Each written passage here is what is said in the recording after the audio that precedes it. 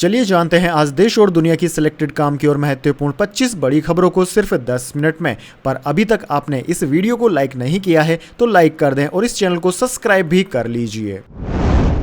प्रधानमंत्री मोदी पोलैंड पहुंचे, 2 दिन बाद यहीं से यूक्रेन भी जाएंगे। जी हां दोस्तों, प्रधानमंत्री नरेंद्र मोदी अपनी 2 देशों की यात्रा के पहले फेज में पोलैंड पहुंच गए हैं। प्रधानमंत्री मोदी की पोलैंड यात्रा पिछले 45 वर्षों में किसी भारतीय प्रधानमंत्री द्वारा की गई पहली यात्रा है। पोलैंड प्रवास के दौरान प्रधानमंत्री मोदी पोलैंड के राष्ट्रपति आंद्रे सेबिस्टियन डूडा से मुलाकात करेंगे। इसके साथ ही वह पोलैंड के प्रधानमंत्री डोनाल्ड टस्क के साथ द्विपक्षीय वार्ता भी करेंगे। प्रधानमंत्री मोदी 2 दिन की पोलैंड यात्रा के बाद यहीं से यूक्रेन के लिए रवाना हो जाएंगे। चलिए दोस्तों जान लेते हैं अगली खबर। चंपई सोरेन ने किया नई पार्टी बनाने का ऐलान। हेमंत सोरेन से बगावत के बाद आया बड़ा फैसला। जी हां दोस्तों, झारखंड में विधानसभा चुनाव से पहले पूर्व मुख्यमंत्री और झारखंड मुक्ति मोर्चा जेएमएम के नेता चंपई सोरेन के सुरबागी हो गए हैं। उनके हाल ही के ट्वीट ने सियासी गलियारों में हलचल मचा दी है। दरअसल दोस्तों, हर कोई यह सोच रहा था कि चंपई का अगला कदम क्या होगा। अब पूर्व सीएम ने नई घोषणा की है। उन्होंने कहा है कि वह राजनीति से संन्यास नहीं लेंगे और नई पार्टी बनाएंगे। उन्होंने गठबंधन के लिए भी दरवाजे खुले रखे हैं। चंपई ने कहा है कि मैंने 3 विकल्प बताए हैं, रिटायरमेंट, संगठन या दोस्त। मैं रिटायर नहीं होऊंगा, मैं पार्टी को मजबूत करूंगा, नई पार्टी बनाऊंगा। चलिए दोस्तों जान लेते हैं अगली खबर। एससी आरक्षण में कोटा देने के विरोध में भारत बंद। बिहार में ट्रेनें रोकी, पटना में लाठीचार्ज, राजस्थान के 16 जिलों में स्कूल बंद। जी हां दोस्तों, सुप्रीम कोर्ट के एससी आरक्षण में कोटा लागू करने की इजाजत देने के खिलाफ बुधवार को दलित आदिवासी संगठनों ने 14 घंटे का भारत बंद बुलाया। National confederation of Dalit and Adivasi organisation ने इसे दलित और आदिवासियों के संवैधानिक अधिकारों के खिलाफ बताया। बिहार में बंद का सबसे ज्यादा असर दिख रहा है। वहीं दोस्तों, राजस्थान, मध्य प्रदेश और उत्तर प्रदेश में इसको लेकर अलर्ट है। कांग्रेस, टीएमसी, सपा, बसपा, आरजेडी, झामुमो समेत कई दलों ने बंद का समर्थन किया। चलिए जान लेते हैं अगली खबर। मलेशियाई प्रधानमंत्री बोले, भारत ने जाकिर नाइक का मुद्दा नहीं उठाया। अनवर ने कहा, एक व्यक्ति के लिए हम रिश्ते खराब नहीं करेंगे। जी हां दोस्तों, मलेशिया के प्रधानमंत्री अनवर इब्राहिम भारत दौरे पर हैं। उन्होंने जाकिर नाइक के प्रत्यार्पण पर पहली बार बयान दिया। उन्होंने कहा कि अभी तक भारत ने जाकिर नाइक के मामले को उठाया नहीं है। उन्होंने कहा कि प्रधानमंत्री मोदी ने काफी साल पहले इस मसले को उठाया था। हालांकि यह किसी एक व्यक्ति की बात नहीं बल्कि चरमपंथ की भावनाओं की बात है, जिसमें किसी ठोस मामले में ऐसे सबूत हो जो बताते हो कि इसमें किसी व्यक्ति या संगठन ने कुछ अत्याचार या गलत किया है। दरअसल दोस्तों, एम इब्राहिम से मंगलवार को एक कार्यक्रम में भारत से मलेशिया भाग कर गए इस्लामिक प्रचारक जाकिर नाइक के प्रत्यार्पण को लेकर पूछा गया था। उन्होंने कहा कि अगर पर्याप्त सबूत पेश किए जाएं तो वे जाकिर नाइक के खिलाफ एक्शन लेने पर विचार कर सकते हैं। उन्होंने कहा कि मलेशिया सरकार जाकिर नाइक के मामले में सौंपे जाने वाले सभी सबूतों का स्वागत करेगी। चलिए दोस्तों जान लेते हैं अगली खबर। यूपी के उपचुनाव में सभी 10 सीटें जीतेगा कांग्रेस गठबंधन। लखनऊ में बोले सचिन पायलट, बीजेपी पर साधा निशाना। जी हां दोस्तों, लखनऊ पहुंचे कांग्रेस के महासचिव सचिन पायलट ने प्रेस कॉन्फ्रेंस कर कोलकाता कांड से लेकर भारत बंद, यूपी उपचुनाव और अन्य तमाम मुद्दों पर अपनी बात रखी। कोलकाता में हुए डॉक्टर के साथ रेप मर्डर मामले में पायलट ने कहा कि ऐसी घटनाओं पर सरकार को सख्त कार्यवाही करनी चाहिए। रेप चाहे कोलकाता में हो या अन्य जगहों पर हो, किसी दोषी को बख्शा नहीं जाना चाहिए। सचिन पायलट ने उत्तर प्रदेश में होने वाले उपचुनाव को लेकर कहा कि कांग्रेस पार्टी और इंडिया गठबंधन सभी 10 की 10 सीटों पर चुनाव लड़ेगी और उसे जीतेगी भी। चलिए जान लेते हैं अगली खबर। पोखरण फायरिंग रेंज के पास आसमान से गिरी अनोखी चीज, तेज धमाके से मच गई अफरा तफरी। अब एयरफोर्स ने बताई सच्चाई। दरअसल दोस्तों, राजस्थान से एक बड़ी खबर सामने आ रही है। सुरक्षा के लिहाज से संवेदनशील पोखरण फायरिंग रेंज के पास आसमान से अनोखी चीज गिरी। उसके गिरते ही तेज धमाका हुआ, जिससे आसपास के इलाकों में अफरा तफरी मच गई। लोग सहम गए। तत्काल इसकी सूचना स्थानीय पुलिस को दी गई। पुलिस ने आर्मी, बीएसएफ और एयरफोर्स को भी इसकी सूचना दी। अब दोस्तों, इस मामले में इंडियन एयरफोर्स का बयान सामने आया है। दरअसल दोस्तों, एयरफोर्स ने बताया कि फाइटर जेट से एयर स्टोरी चूक से रिलीज हो गया, जो पोखरण फायरिंग रेंज के पास जा गिरा। एयरफोर्स ने बताया कि इस घटना में संपत्ति या जान नुकसान की कोई सूचना नहीं है। चलिए दोस्तों जान लेते हैं अगली खबर। जय शाह बन सकते हैं आईसीसी चेयरमैन, नॉमिनेशन के लिए 6 दिन है बाकी। मौजूदा चेयरमैन बार्कले का कार्यकाल 30 नवंबर को खत्म होगा। जी हां दोस्तों, भारतीय क्रिकेट कंट्रोल बोर्ड बीसीसीआई के secretary Jay Shah international cricket council ICC के अगले चेयरमैन हो सकते हैं। उनकी दावेदारी मजबूत मानी जा रही है। आईसीसी के मौजूदा चेयरमैन ग्रेग बार्कले का कार्यकाल 30 नवंबर को खत्म हो रहा है। बार्कले ने मंगलवार को कहा कि वे तीसरा कार्यकाल नहीं चाहते हैं। इसके बाद बीसीसीआई सेक्रेटरी जय शाह के आईसीसी चेयरमैन बनने की चर्चा तेज हो गई। हालांकि अभी बीसीसीआई और जय शाह की ओर से इसको लेकर कोई आधिकारिक घोषणा नहीं की गई है। चलिए दोस्तों जान लेते हैं अगली खबर।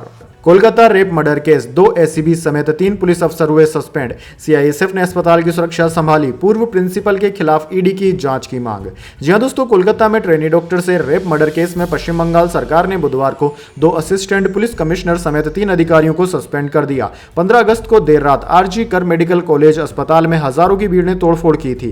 कार्रवाई उसी मामले में की गई है। सुप्रीम कोर्ट के आदेश के बाद आरजी कर मेडिकल कॉलेज की सुरक्षा सीआईएसएफ ने अपने हाथों में ले ली है। सीआईएसएफ के अधिकारी बुधवार को अस्पताल पहुंचे और सुरक्षा व्यवस्था का जायजा लिया। कोर्ट ने अस्पताल में तोड़फोड़ के बाद सीआईएसएफ को सुरक्षा संभालने का निर्देश दिया था। चलिए दोस्तों, जान लेते हैं अगली खबर। राहुल गांधी और खड़गे 2 दिन के दौरे पर श्रीनगर पहुंचे। विधानसभा चुनाव में गठबंधन पर चर्चा हो सकती है। एनसी पीडीपी नेताओं से मुलाकात संभव। जी हां दोस्तों, लोकसभा में leader of opposition Rahul Gandhi और कांग्रेस अध्यक्ष मल्लिकार्जुन खड़गे जम्मू कश्मीर के 2 दिन के दौरे पर गए हैं। दोनों बुधवार शाम श्रीनगर पहुंचे। कांग्रेस महासचिव केशव वेणुगोपाल ने बताया कि राहुल गांधी और खड़गे आगामी विधानसभा चुनाव की तैयारियों को लेकर बैठक करने के लिए जम्मू और श्रीनगर में रहेंगे। इस दौरे में राहुल गांधी और खड़गे चुनाव से पहले गठबंधन के लिए प्रदेश कांग्रेस कमेटी के प्रमुखों से मुलाकात करेंगे। इसके अलावा नेशनल कॉन्फ्रेंस के नेता उमर अब्दुल्ला से मुलाकात कर सीट बंटवारे के फार्मूले पर भी चर्चा हो सकती है। चलिए दोस्तों, जान लेते हैं अगली खबर। अमूल को दुनिया का सबसे मजबूत फूड ब्रांड चुना गया। कंपनी को AAA+ रेटिंग मिली। अमूल के बाद चीन को 2 कंपनियां दूसरे और तीसरे नंबर पर। जी हां दोस्तों, ब्रांड फाइनेंस की global food and drinks report 2024 में अमूल को ग्लोबली स्ट्रॉन्गेस्ट फूड और डेयरी ब्रांड के रूप में रैंक किया गया है। अमूल ने सोशल मीडिया प्लेटफॉर्म एक्स पर लिखा, हमें यह बताते हुए खुशी हो रही है कि दुनिया की leading brand consultancy brand finance की ओर से अपनी रिपोर्ट में हमें most valuable, strongest food, dairy और नॉन अल्कोहलिक ब्रांड का दर्जा दिया गया है। दोस्तों, ब्रांड फाइनेंस की एनुअल रिपोर्ट इंटरनेशनल मार्केट में अमूल के बढ़ते प्रभाव को हाईलाइट करती है। चलिए दोस्तों, जान लेते हैं अगली खबर। शेख हसीना पर अब तक 31 मामले दर्ज। हत्या, नरसंहार और अपहरण के मामले। पूर्व प्रधानमंत्री के बेटे, बेटी और बहन को भी बनाया गया आरोपी। जी हां दोस्तों, बांग्लादेश की पूर्व प्रधानमंत्री शेख हसीना पर मंगलवार को 9 मामले दर्ज किए गए। देश में नई सरकार बनने के बाद से उन पर अब तक 31 मामले दर्ज हो चुके हैं। इनमें 26 हत्या, 4 नरसंहार और 1 किडनैपिंग का मामला है। बांग्ला अखबार डेली स्टार के मुताबिक बांग्लादेश के एक संगठन हिफाजत-ए-इस्लाम के सचिव मुफ्ती फारून इजहार चौधरी ने इंटरनेशनल क्राइम ट्रिब्यूनल में शेख हसीना के खिलाफ शिकायत दर्ज कराई है। शिकायत के मुताबिक हिफाजत-ए-इस्लाम के कार्यकर्ता 5 मई 2013 को ढाका में इस निंदा के खिलाफ कानून बनाने की मांग को लेकर प्रदर्शन कर रहे थे। इस दौरान हिंसक हो उठी भीड़ पर पुलिस ने बल प्रयोग किया। इसमें 27 लोग मारे गए थे। 11 साल बाद इस मामले में हसीना के खिलाफ नरसंहार का मामला दर्ज हुआ है।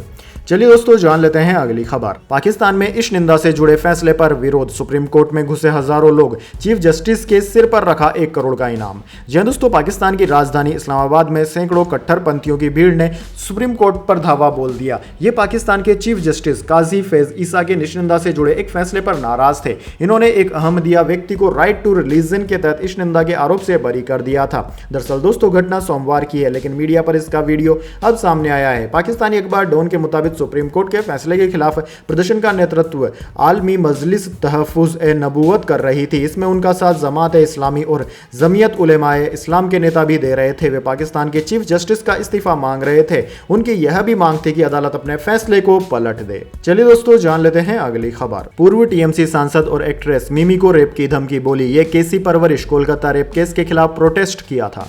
जी हां दोस्तों, तृणमूल कांग्रेस की पूर्व सांसद और बंगाली एक्ट्रेस मिमी चक्रवर्ती ने मंगलवार 20 अगस्त को एक ट्वीट शेयर किया। इस पोस्ट के जरिए मिमी ने बताया कि उन्हें लगातार रेप और जान से मारने की धमकियां मिल रही है। मिमी ने 6 दिन पहले कोलकाता में हुए डॉक्टर रेप और मर्डर केस का विरोध जताते हुए प्रोटेस्ट में हिस्सा लिया था। इसके बाद से ही उन्हें लगातार सोशल मीडिया पर धमकियां मिल रही है। वैसे दोस्तों, इन धमकियां देने वाले लोगों को आप क्या कहना चाहेंगे, या फिर सरकार को इनके ऊपर क्या कार्यवाही करनी चाहिए? कमेंट बॉक्स में अपनी राय जरूर दीजिएगा। चलिए, जान लेते हैं अगली खबर। उत्तराखंड, केरल समेत इन 12 राज्यों में भारी बारिश का अलर्ट। देश भर के मौसम विभाग पर आईएमडी ने दे दी है चेतावनी।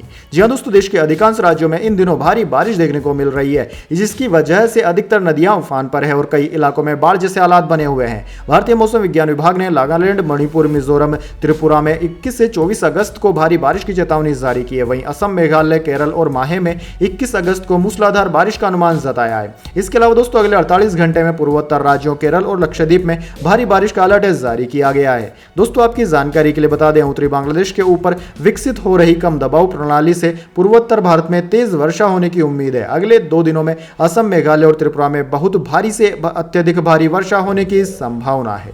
चलिए दोस्तों जान लेते हैं इसके बाद अगली बड़ी खबर। बदलापुर के स्कूल में बच्चियों का यौन शोषण, 300 प्रदर्शनकारियों पर एफआईआर, 72 हुए अरेस्ट। 24 अगस्त को एमवीए का महाराष्ट्र बंद का ऐलान। जी हां दोस्तों, महाराष्ट्र के ठाणे जिले के बदलापुर में 2 बच्चियों के साथ यौन शोषण मामले में राज्य सरकार ने बुधवार 21 अगस्त को स्कूल के लिए प्रशासक नियुक्त कर दिया है। इस घटना के खिलाफ 20 अगस्त को हजारों की भीड़ बदलापुर के लोकल ट्रेन के रेलवे ट्रैक पर उतर आई थी। 10 घंटे तक तोड़फोड़ और पुलिस पर पथराव किया गया। करीब 17 पुलिसकर्मी घायल हुए थे। दोस्तों, पुलिस ने देर रात करीब 300 प्रदर्शनकारियों के खिलाफ एफआईआर दर्ज की है। अब तक 72 लोगों को अरेस्ट किया जा चुका है। आज भी बदलापुर में इंटरनेट और स्कूल बंद हैं।